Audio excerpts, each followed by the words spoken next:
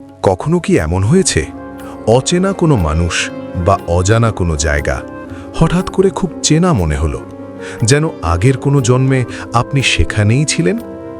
কিন্তু আমরা পূর্বজন্মের কথা পুরোপুরি ভুলে যাই কেন?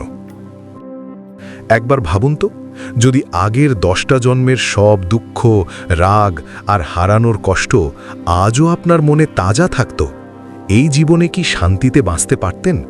না, নতুন করে কাউকে ভালোবাসা বা বিশ্বাস করা অসম্ভব হয়ে যেত। তাই এই ভুলে যাওয়াটা কোনো অভিশাপ নয়, এটি প্রকৃতির এক গভীর করুণা, একটি নতুন সূচনা।